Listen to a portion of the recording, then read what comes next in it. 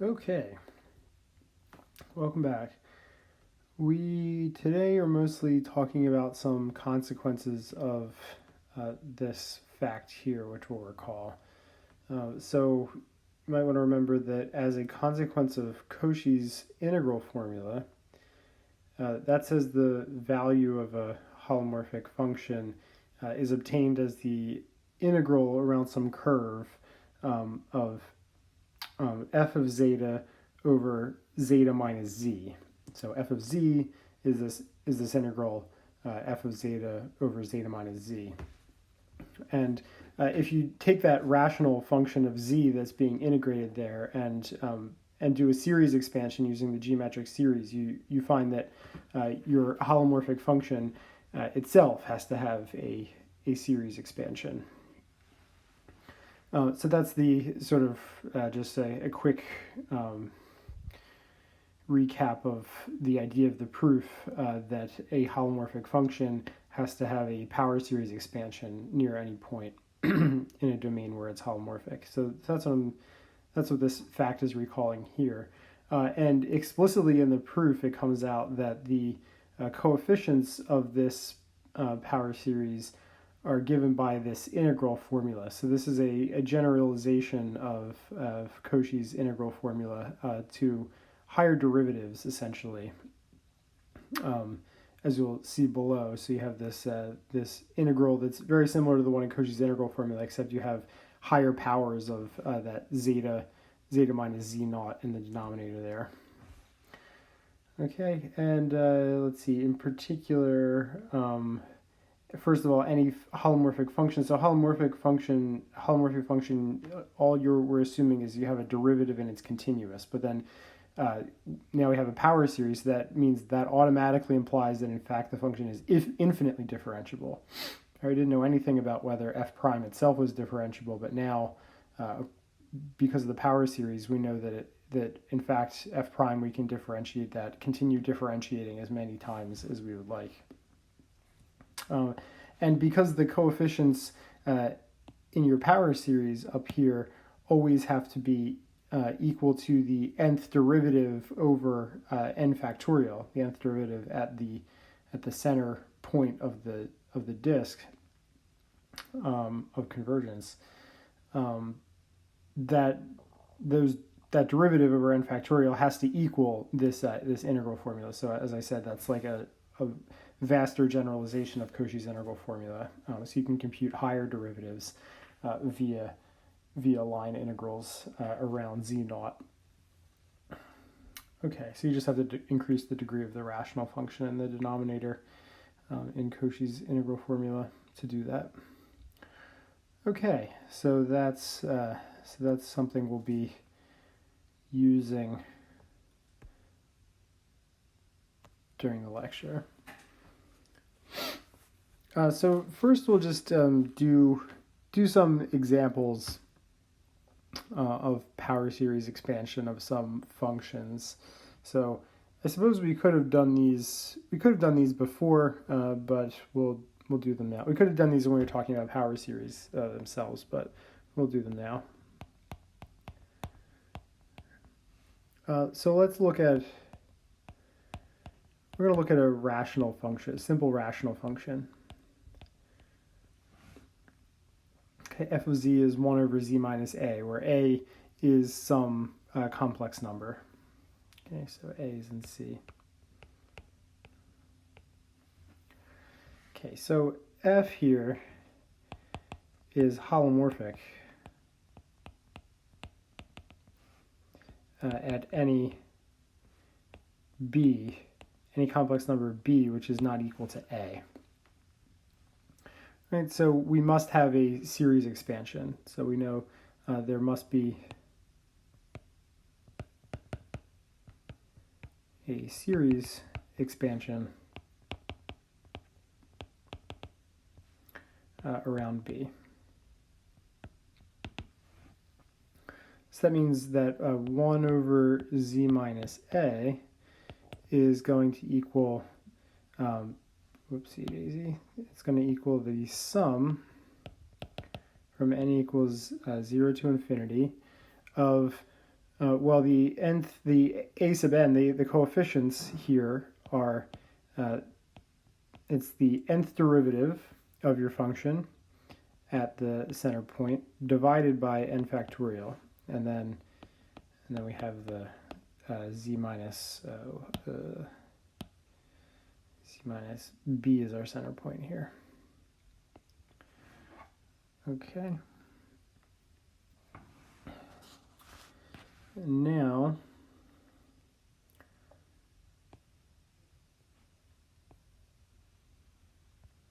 we just need to do some computations. We need to know what the derivatives, the various higher derivatives of our f here, what they are. So, right, so our f prime, we'll just sort of write them down until we see the pattern. This is just using your ordinary derivative rules. So f double prime is then we have 2 over z minus a cubed, right? And then f triple prime, now we have a negative 3 times 2 over z minus a to the fourth. All right, you see how this continues. The negative 4 is going to come down, so we're going to alternate sign again, and then we're going to have 4 times 3 times 2, and then over z minus a to the fifth, etc. So the general pattern is that the nth derivative is it's negative 1 to the n, n factorial, divided by z minus a to the n plus 1. Okay, so you can extract that pattern, and you could prove that rigorously with induction if you are so inclined. Okay, so now we just have to plug this in here. So we have n equals 0 to infinity of. So this is how it goes. I mean, if you want to write down the power series expansion around a point of a holomorphic function, you compute the derivatives at that point and then just sort of plug it into this formula. So this is just sort of illustrating the general thing you can do given any holomorphic function to write down the power series near a point. So the f sub n evaluated at b, the n factorial, so we have an n factorial here and we have an n factorial here. So those two are going to cancel out, and so we'll just be left with negative 1 to the n, z minus b to the n over b minus a, because we're evaluating that derivative at b to the n plus 1. Okay, so that's the series expansion of this rational function at any point that's not equal to a. And we can see with the ratio test, I guess. So with the ratio test, if we look at so these,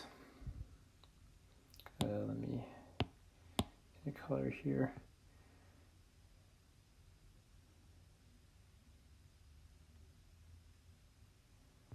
All right, so that's our a sub n there of our power series, and you remember the ratio test. If you look at the norm of a sub n plus 1, so that's going to be 1 over the norm of b minus a to the n plus 2. That's the norm of a sub n plus 1. And then you have to divide that by the norm of the a sub n term. So that's going to end up being, because we have that this thing in the denominator, when you do 1 over it, it's going to come up to the numerator. And that's 1 over norm b minus a.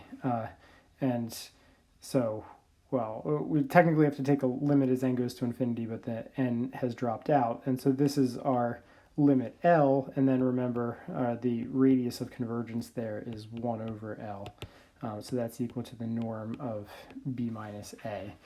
So what you see here is that if you sort of draw the picture, So here's a, which is sort of a singular point for this function f. You can't plug in a, right? You get nonsense if you try to plug in a. And here's this point b, which we're doing the expansion around there. And then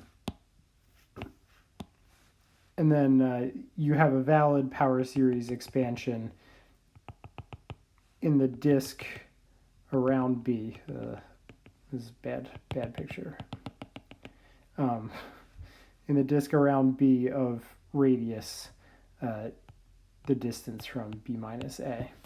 Right, so you sort of get the maximal amount of, so the maximal amount you could possibly expect of radius of convergence, right? So you couldn't possibly extend any more because you've run into this bad point at a, but you do get a series that converges for all the points in that disk extending all the way up to that singular point. So that's pretty good. It's kind of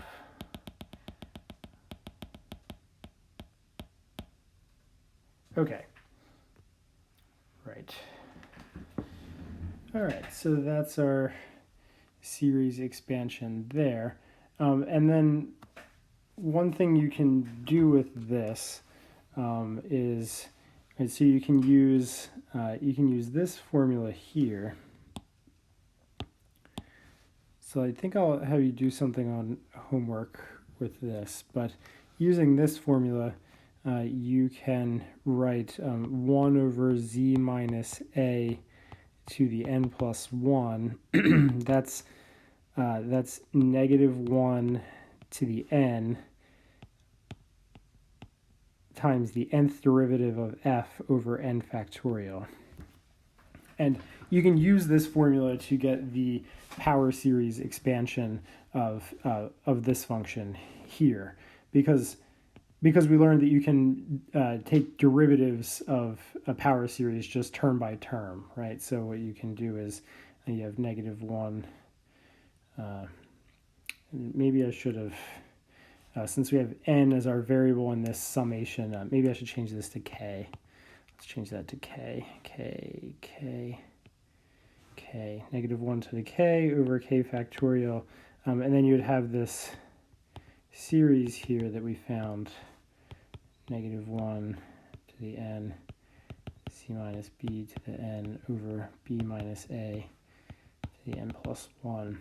You could take the kth derivative of this thing and just do that term by term, and that would give you the series expansion for this function here, as I said.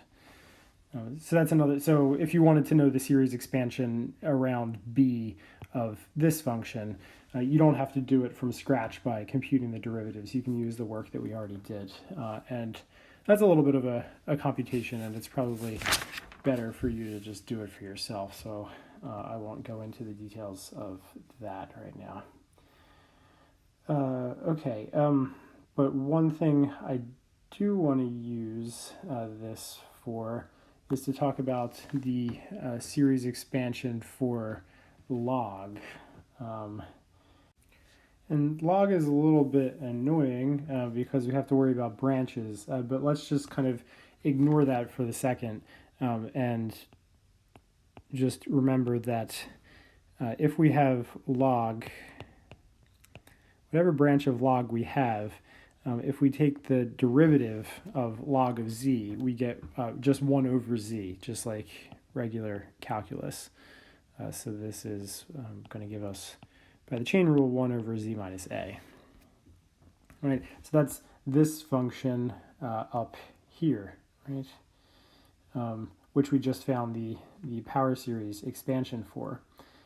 So while using this power series, we can find another function. So we can find another expression whose derivative is 1 over z minus a. And so keep your eye on this and on this expression here. If we just formally integrate that expression, right? So if we consider sum from n equals 0 to infinity of, let's see, negative 1 to the n. So we're just doing this term by term, right? We're raising the power and dividing by the power. So divide by n plus 1, we have z minus b to the n plus 1, and then that's divided by b minus a to the n plus 1. And yeah, so we can, so this thing here, if we call this, let's just call this g of z. And another way to write this, so that you have all these n plus 1s here. So if we shift that down and shift the index up at the same time, the index of summation. So if we start at n equals 1 to infinity, shifting that up, then we shift all the other instances of n down by 1. That's another expression for that same function. And we know that also g prime is equal to 1 over z minus a. Right? So that means that, well, so then log of z minus a minus g of z, the derivative of that has to be 0, right? So these two functions each have the same derivative, so their difference, the derivative of that, is going to be 0.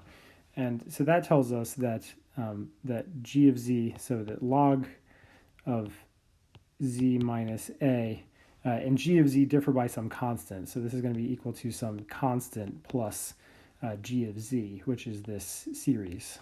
So n equals 1 to infinity of negative 1 to the n minus 1 over n z minus b to the n over b minus a to the n. And this constant here, you can figure that out by just evaluating the series, evaluating both sides at b.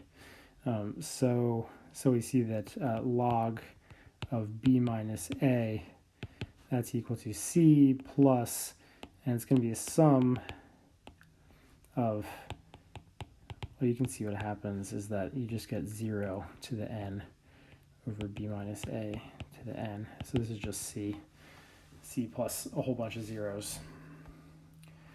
All right, so that tells us that log of z minus a should have this power series expansion here. Log of b minus a plus sum n equals 1 to infinity, negative 1 to the n minus 1 over n, z minus b to the n over b minus a to the n.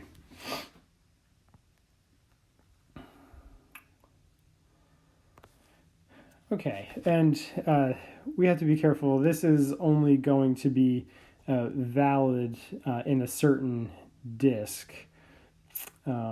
So, right, because this log, so log is going to have some branch, right? So if this is our plane, log is going to be defined in the complement of some ray starting, some ray coming out from the origin, right?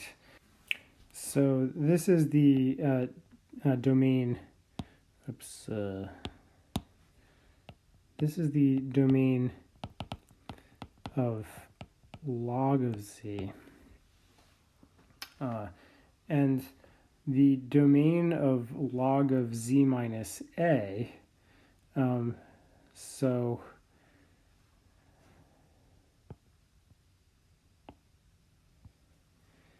for what z is log of z minus a valid, well, log of z minus a is valid for the z such that when you do z minus a, it ends up in this domain over here. Right, so the z for which this works are the z such that when you do z minus a, you end up in in this domain here. In other words, if you take this domain and you add a to it, then that'll give you the domain of the z's that work in log z minus a. So in other words, all we have to do is translate this picture here. We just need to translate that by a. So if we over here, let's say this is a. Right, so we have that. So I'm going to try to make it look parallel. Right. Okay. So this will be the domain of log of z minus a. All right. So all the z's in this picture over here, after you subtract a off from them, they end up in this picture over here. Right, which is exactly right. So z minus a has to fall into this picture over here. In order for that to happen, z has to be in the domain in that picture over there. And so this series expansion is only going to work. So let's say we have b being some other point like here, say.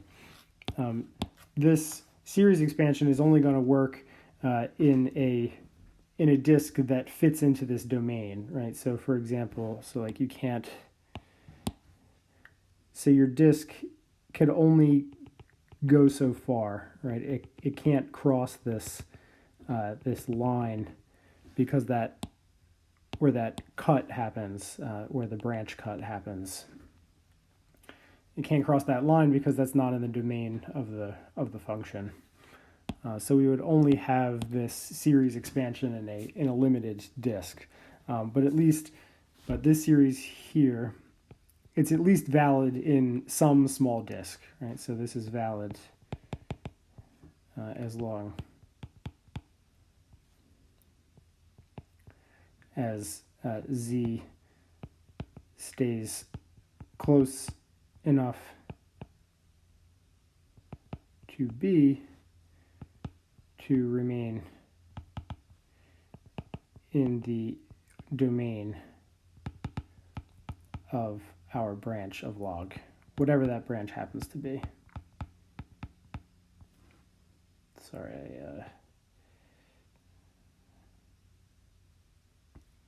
okay. All right. So that gives you a way of finding the series expansion for log based on the fact that its derivative. So we basically use the fact that its derivative is 1 over z minus a, and use the fact that we knew the series from that, and then kind of formally just integrate that series term by term, and then you just have to figure out the right constant to put in front there. Okay, and then you have this annoying issue of the domain where that's valid, because you have to respect the fact that log is only defined in a subset of the whole plane. Okay. So anyway, those are some series expansions for some common functions. All right.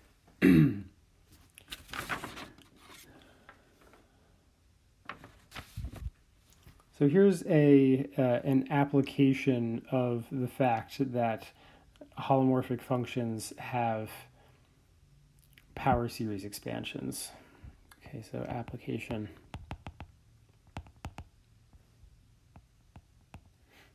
of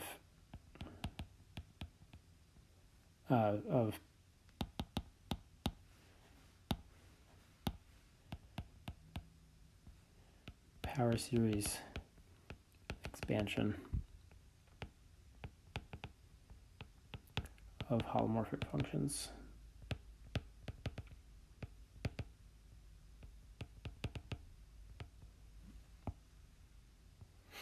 Okay, so one thing we skipped over in the book at the end of the power series section is about multiplying power series. And I put it off until now because you can't justify, well, because it's difficult to justify the formula fully up before this point. So basically what we what we're going to do is we're going to multiply multiplication of series.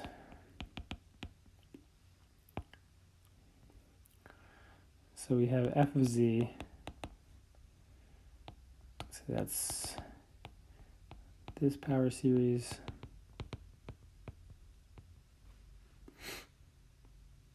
minus, and g of z is the sum from n equals 0 to infinity of bn z minus z naught to the n. And let's say these both converge, so both convergent in a disk around z naught of radius r. Okay, and then we want to consider the product of these two functions.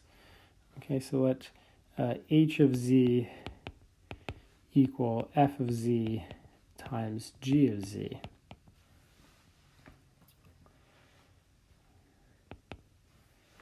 Okay, so f of z, let's write this out as a naught plus a1 z minus z naught plus a2 z minus z naught squared plus dot dot dot an z minus z naught to the n plus dot dot dot. And g of z is b naught plus b1 z minus z naught plus b2 z minus z naught squared plus bn z minus z naught to the n.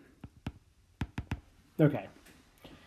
So the basic question is, well, this product of f and g, does that have a power series expansion in a natural way that's related to, so are the coefficients of this power series expansion, are they kind of the natural and obvious coefficients that you would get by just multiplying out f and g as these infinite polynomials?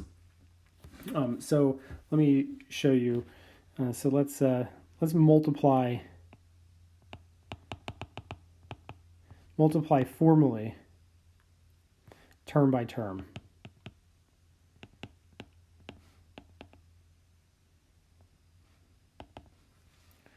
And so f times g of z.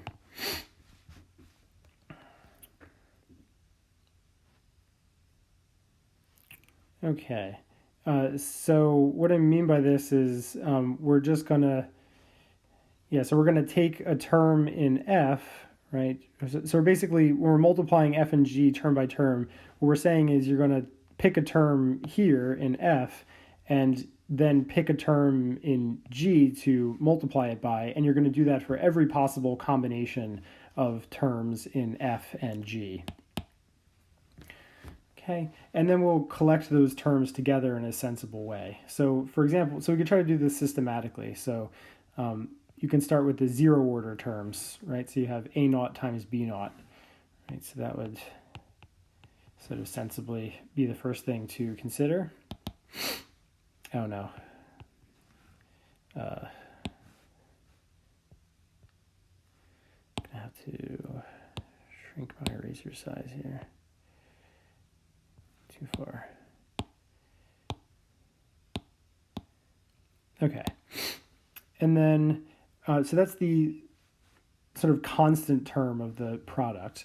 And then you would want to look at the linear term of the product. So how would you get a linear term in the product? By picking something from f and something from g.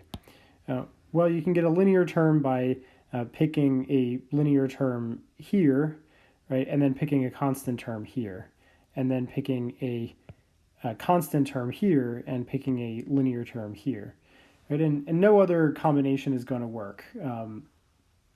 Right? You have to pick a linear term from one and a constant term from the other. That's not hard to convince yourself of.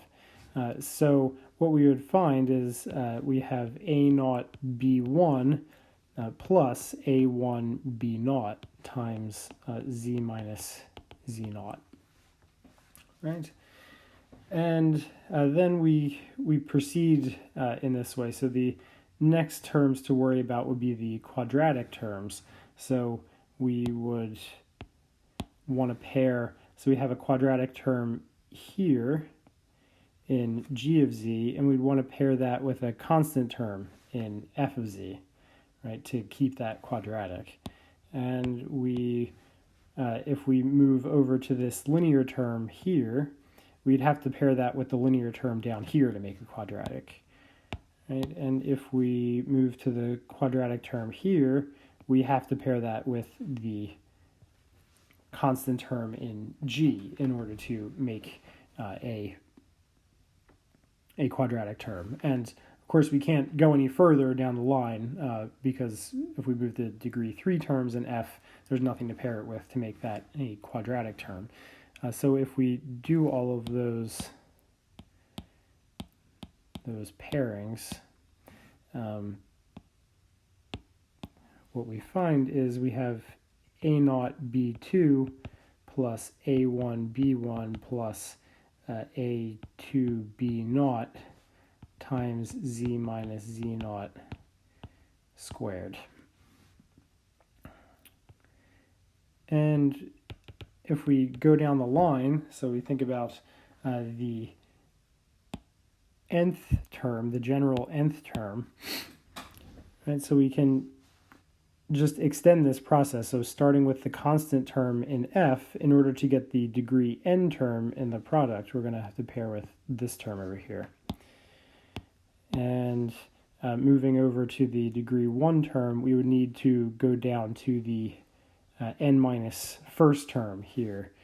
And moving over to the a2 term, we need to move down to the n minus 2 term of g. So what that's going to look like is we'd have a naught bn plus a1 bn minus 1 plus dot dot dot plus a n b naught.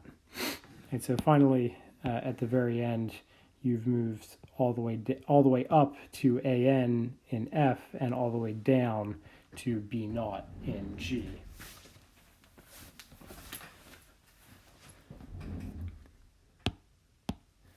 And so we close that up. That's z minus z naught to the n plus. Okay. And so you can write this general nth term here. This is the sum from k equals 0 to n of a sub k. Right, so we just use, so our index for our sum is just the index on a, on the a's here, 0, 1, 2, 3, etc. And then the other index is just such that that index on a, say k, and the index on b have to add up to n. So the one on b is n minus k. So that's the general expression that we're writing down here. So it's sort of natural to suppose. Hold on a second, sorry.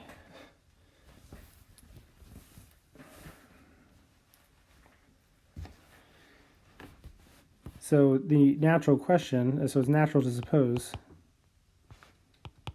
since this is a very natural way of going about doing this process of multiplication of these series, so it's natural to suppose that h of z, which is the product, remember we defined that up here, the h of z is given by a power series c sub n z minus z naught to the n, where Cn is equal to this thing here, sum k equals 0 to n, a sub k, b sub n minus k. Okay, well, there's problems with this. So issues. First of all, it's not, not at all clear that this series converges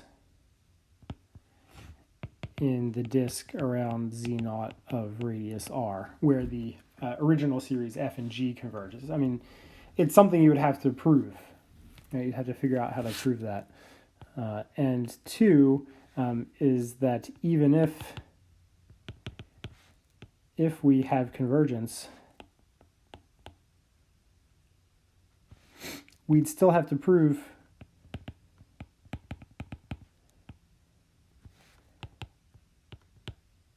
to show that it actually converges to h, that it actually converges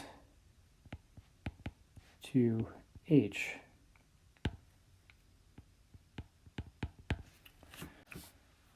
So on the one hand, we have the definition of h as just, right, so we know that our series for f converges to some number f of z, and our series for g converges, and then we multiply those two numbers together, and that's the definition of h, right? But down here, this series is a completely different thing. We do this wild sort of infinite product, and then we take this sum, and, well, I mean, it seems natural to think that it should be h, but it's definitely not clear.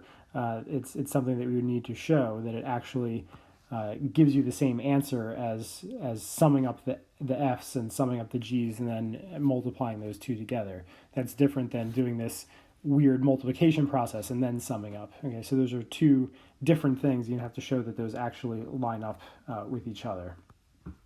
Okay, well, we don't have to do either of those two things.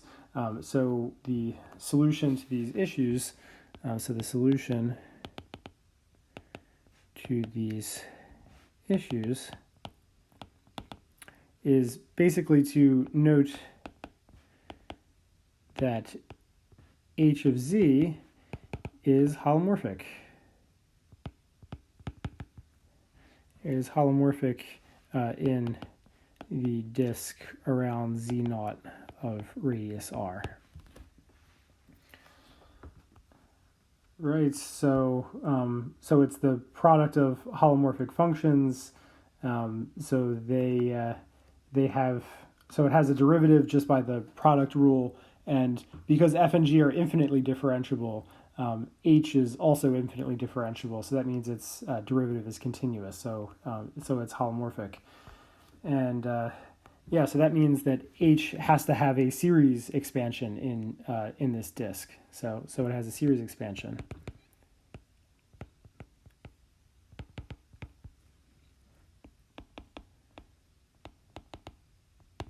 Okay, so the issues come from you come up with a series for which seems natural, but is not really clear that it converges and that it converges to the thing you want it to converge to. So we start from the other end. We say, okay, the thing we have is h of z, and we know this has a series expansion. And then we're going to show that series expansion has to be, well, the coefficients of it have to be this thing that we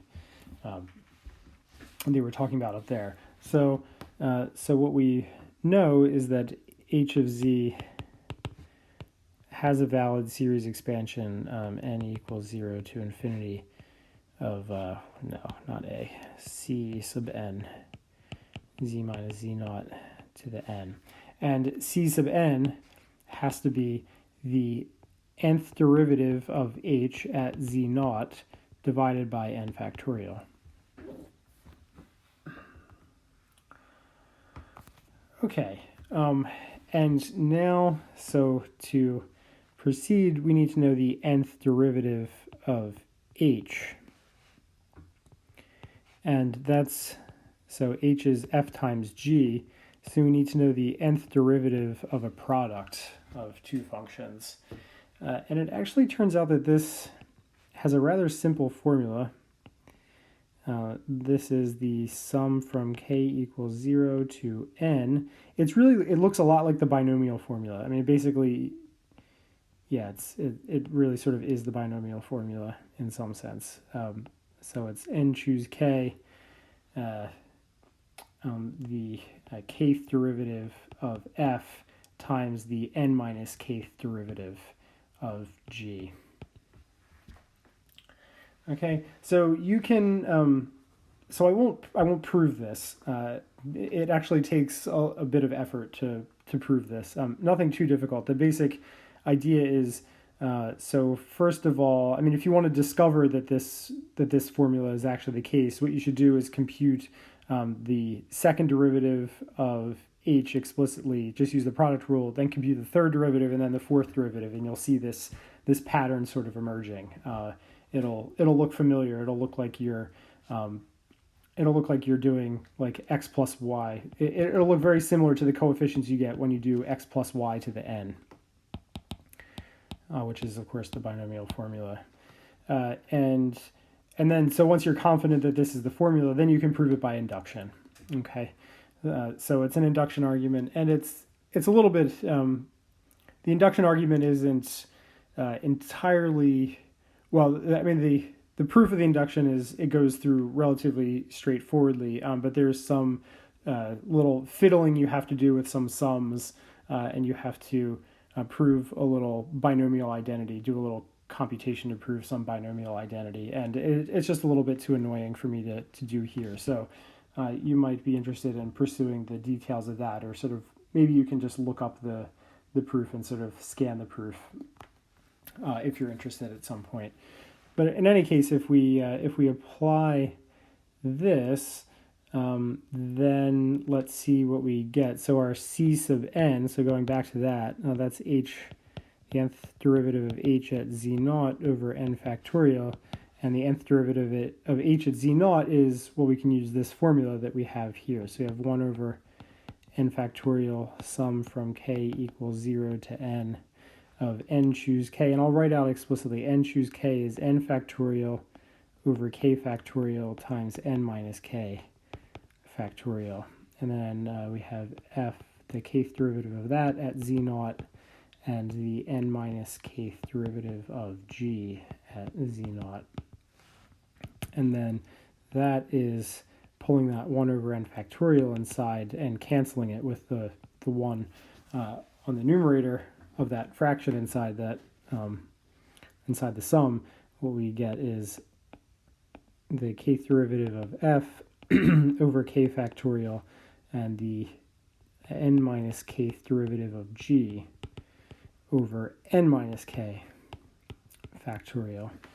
Right, but remember the kth derivative over k factorial, that's exactly the coefficients in the power series expansion of a function, right? So where was that?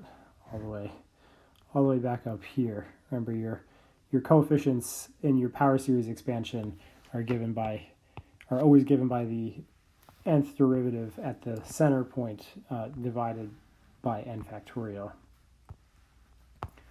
So, right, so this is a sub k here, and this is b sub n minus k, right? And so that's exactly this Cn here that we were talking about before. Okay, so that wild process of term-by-term integration really is valid. Term-by-term multiplication to find the power series. So if you have two given power series already and you're considering the product function, you can just do this term-by-term multiplication. So maybe I should take a look at an example of that to show you how that works. So consider the function h of z is e to the z over 1 minus z. And so let's let f of z, we can let that be e to the z, and g of z, we can let that be 1 over 1 minus z. Okay, so h is equal to f times g, and so we can find the power series expansion for h by just multiplying the power series expansions for these familiar functions term by term. So f of z, we know that is so that's sum of z to the n over n factorial, right? N equals 0 to infinity. So an n equals 0, that's 1, and then we have z, just z, and then we have z squared over 2 factorial, z cubed over 3 factorial, right? And g of z, that's just going to be a geometric series, so that's going to be the sum of just z to the n equals 0 to infinity.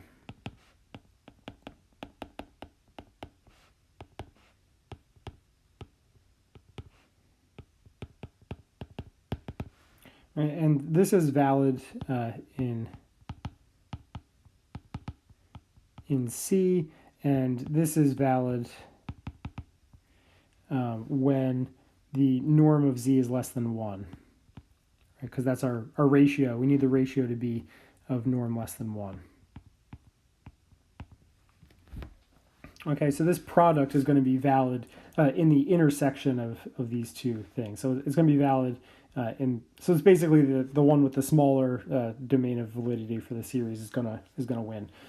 So the product is going to be valid in this in the unit disk, where norm z is less than 1. So h of z, the series expansion, the 0th term is just the 1 times 1, right? So this 1 times 1 there. The first degree term, we're going to have 1 times z and 1 times z, right? So that's going to be 2z.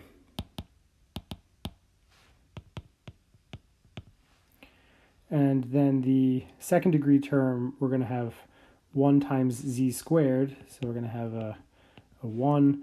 We have z times z squared, so that's another 1. And so you just have to look at the coefficients, 1 and 1. So 1 times 1 is 1. So that's where I got that 1 from. And then moving to here, we have 1/2 times 1. So plus 1/2.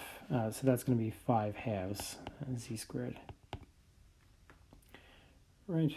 And then the cube. Oh no. I need to erase that. Too much clutter. Right. And so then the cubed term, you're going to do 1 times z cubed, like that. So you got 1. Then you go to z times z squared. That's another 1. You have the 1/2 here. So that's a 1/2. And then you have a 1 over 3 factorial. And so that's a 1/6. All right. And that's times z cubed.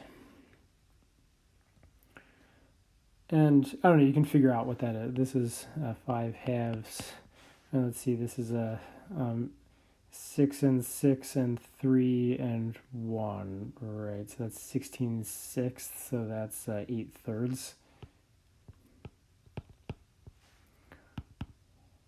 Okay, and you can continue on like this. So this is 1 plus 2z plus 5/2 z squared plus 8/3 z cubed plus blah, blah, blah. And all these numbers here in front of the z to the n's, that's just it's the nth derivative over n factorial of this function h up here, okay, at 0, because we're expanding around 0. All right. So the general, so the c sub n here, it looks like it's just got to be sort of the sum of the factorials. So it's going to be the sum of 1 over k factorial for k going from 0 to n. Because you just have the factorials in the f, and all of the coefficients in g are 1. So you're always multiplying that factorial by 1 and then just summing them up. So that's what the general pattern for these coefficients of h. That's what they are. Okay, so there's an example of how to multiply to get new series expansions if your function is a product of functions you already have the series expansions for. All right. All right, so another application of the series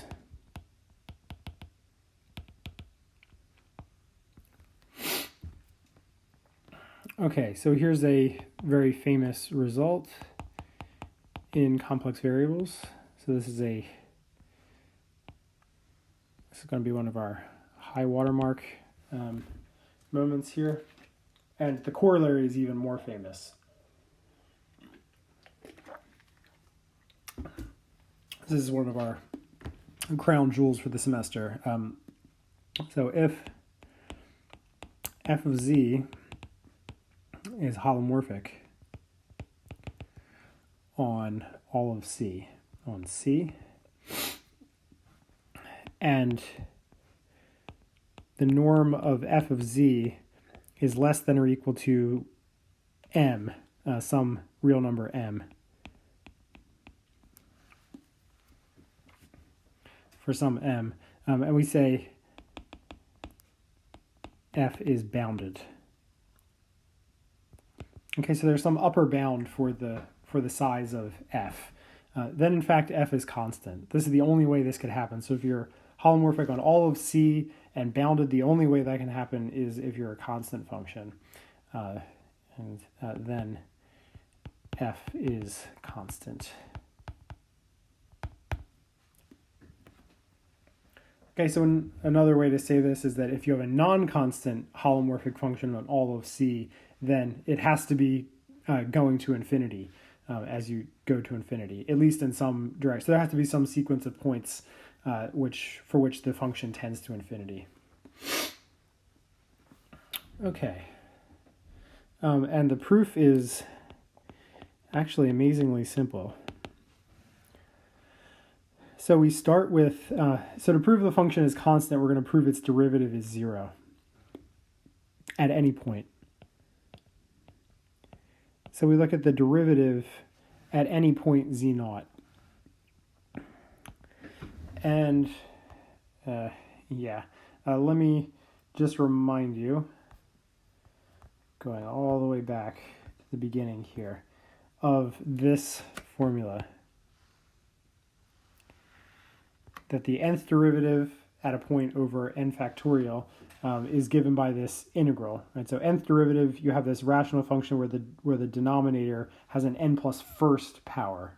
Okay, so we're going to use that. Let's go back. Here we are.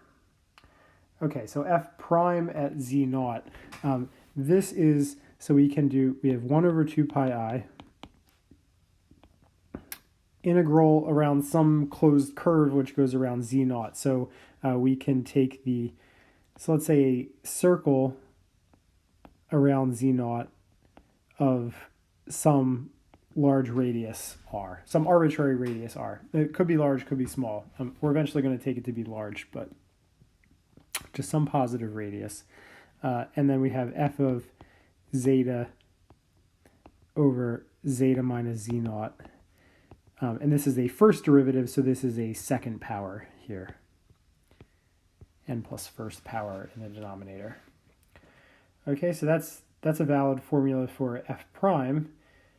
And this is the case for, so this holds for all r because f is entire. So it's holomorphic on all of C. So no matter what circle we draw around z0, the interior of that circle, the function is holomorphic on that interior. So this is a valid formula no matter what r we take here. And what I'm going to do is I'm going to look at the modulus, the norm of this number. Okay, and then I'm going to estimate this norm using the ML inequality, the max length inequality. Okay, so I have the 1 over 2 pi 1 over 2 pi I in front. The length of the curve is 2 pi r, right? So I have times 2 pi r.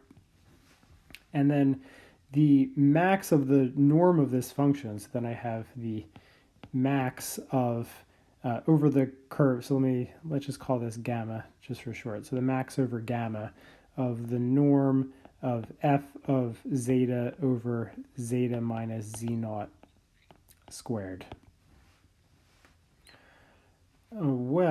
This is just equal to r times the max over gamma of, we have the norm of f of zeta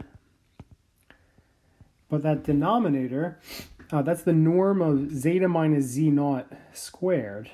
But zeta is on this circle of radius r around z naught, right? So the norm of zeta minus z naught is just r. So this denominator here is r squared. Okay, and let's call this max, the max of the norm of f on this curve. Oh, well, actually, yeah, so if you just focus on that, that max has to be less than this m here, right? So we know the value of the norm of f is less than or equal to this m, right? That's by our assumption, because we're assuming our function is bounded. So this is less than or equal to, and cancel the r here with the 2 there. We just get this is less than or equal to m over r. Okay, so the norm of our derivative at z naught is less than or equal to m over r, but this holds for all r. So this computation holds for all r greater than 0, since f is holomorphic on all of C. Right? No matter how big that you make that circle, you never leave the domain where the function is holomorphic. And so taking R very large, since M is fixed,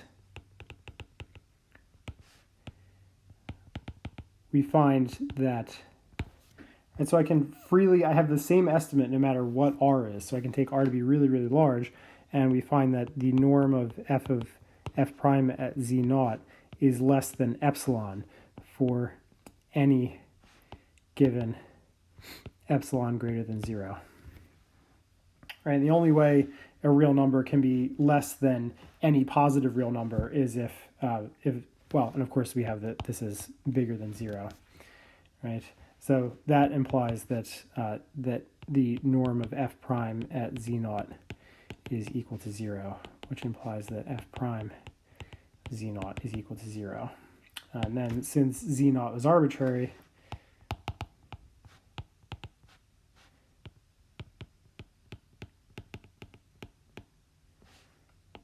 f prime is identically equal to 0, so f is constant.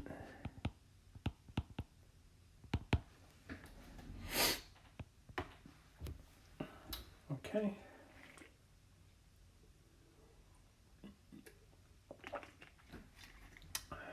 All right, so basically you can think about this as any function which is holomorphic on the whole complex plane has to be growing to infinity in at least some direction as you go off to infinity. As you go further out in the complex plane, you have to be finding values of their function which are sort of arbitrarily large in norm. Okay, so here's a corollary.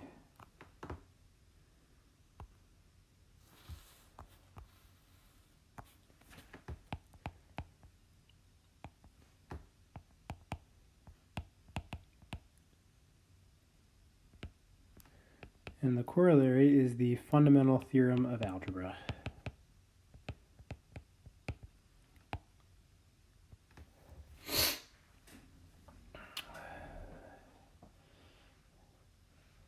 So the fundamental theorem of algebra says that well, let me put that down here. A complex polynomial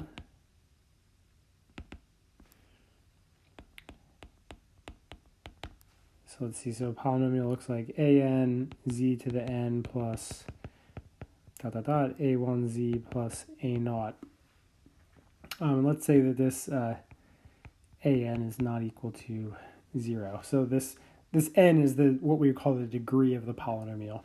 So a complex polynomial has a root. Let me just say, to be clear about that, is 0 somewhere when n is bigger than 1. Bigger than or equal to 1.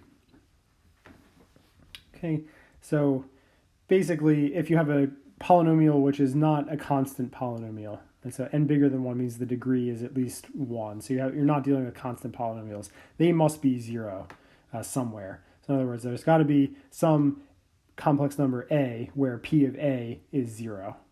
Okay, and what that allows you to do is, if you study some algebra, this might be familiar from high school or something, is that the roots of a polynomial correspond to the linear factors of that polynomial. So having roots of a polynomial allows you to factor the polynomial. So from this, you can prove that a complex polynomial has to factor into n linear factors. Okay, well, we won't do that. So we're just going to prove this statement. So there is a 0 of our polynomial somewhere. Okay, so here's the proof. Suppose that p of z is never 0. Okay, so we'll show that if you're dealing with a p of z which is never 0, then that polynomial must be constant, right? So the contrapositive of that being that if your polynomial is not constant, then it must be 0 somewhere. Okay, so essentially we're sort of proving the contrapositive. And what we're going to do is try to apply Liouville's theorem here. So we're going to conclude that our p of z, if we assume it's never 0, we're going to show that it's constant by using Liouville's theorem. And to do that, we will, so we'll have to make some argument. So it turns out we're not going to show that p of z is bounded. We're going to look at 1 over p of z. Okay, so essentially we'll apply Liouville's theorem to 1 over p of z. So if p of z is never 0, then f of z, which is 1 over p of z, is a holomorphic function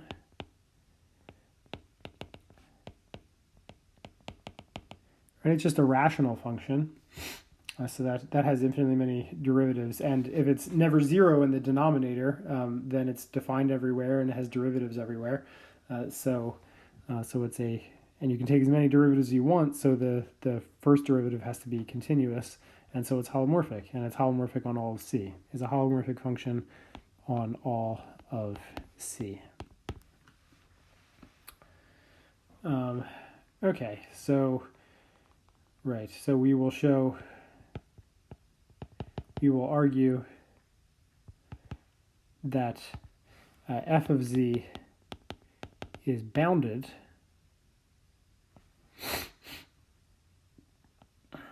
and thus by Liouville's theorem f of z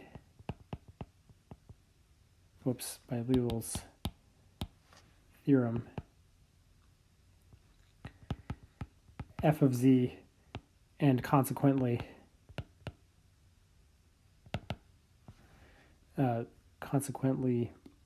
p of z will be constant.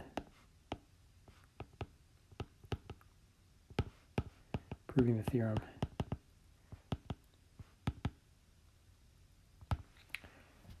Okay, so we just have to prove that f of z is bounded to complete the proof then.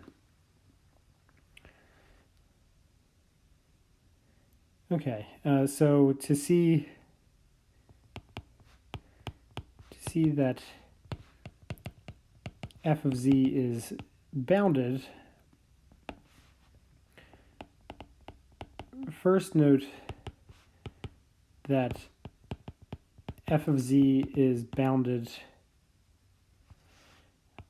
on any disk, a closed disk, any closed disk, disk around the origin of some radius r and the closure of that.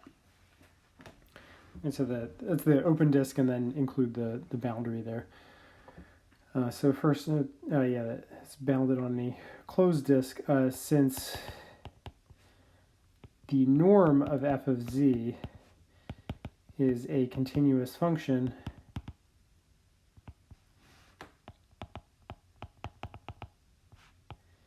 and this has a maximum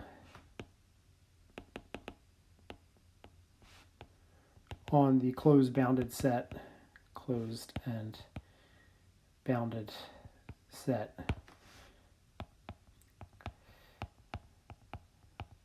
which is this closed disk. All right, so you may sort of be, so this is a fact that's sort of stated in calculus without proof, that if you have a closed and bounded interval, so like closed interval from A to B, and you have a continuous function that has to achieve a maximum and a minimum value. And the same thing is true here in the complex plane. If you have a closed and bounded set and a continuous function on it, it has to achieve a maximum. And that's, well, if you've never seen the proof of that, that's really, that's something for an analysis course. So I'll just sort of state that as more or less sort of familiar from calculus and eminently plausible, but we won't be giving a full proof of that, full justification of that statement. So maybe this proof is somewhat incomplete, but I'll give you the basic idea. So modulo some minor details here. Okay, so the function, the norm of f of z is bounded in any closed disk, right? So no matter how big we make it, so as long as we fix some disk, no matter how big, our function is going to be bounded in that disk. Okay, and then we're going to argue that that we can find some disk such that outside that disk our function is also bounded. Okay, so so we will argue that outside some disk around 0 of some particular radius r naught, outside some f of z is, let's see, norm f of z is less than or equal to 1. Okay, so since our f is bounded inside this disk, and outside the disk it's also bounded, it will then follow that the function is bounded on the whole complex plane. So from this, it will follow that f is bounded on all of C.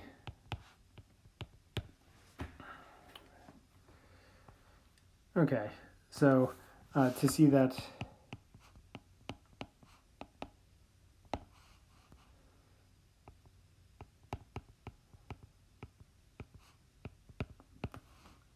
the norm of f of z is less than or equal to 1 when the norm of z is sufficiently large,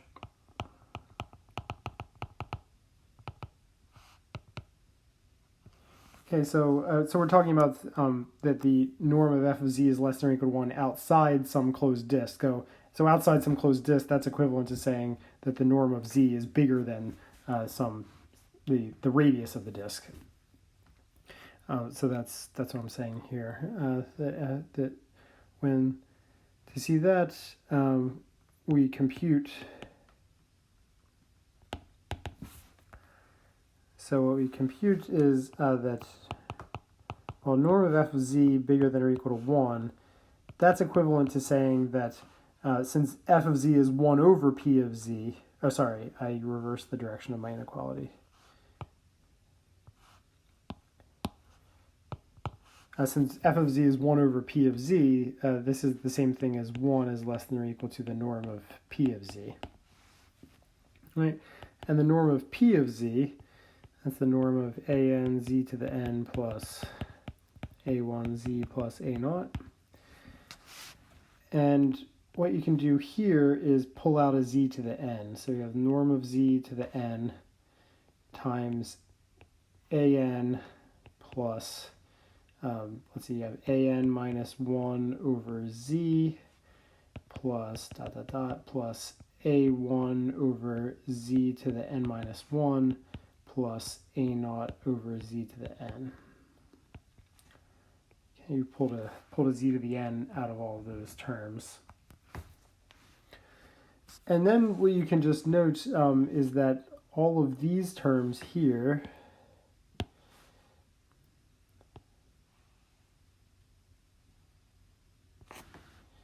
so those all go to 0. These go to 0 as the norm of z goes to infinity, right? So what we can say is that the norm of p of z is, roughly speaking, is the norm of z to the n times norm of an, right? When the norm of z is very large.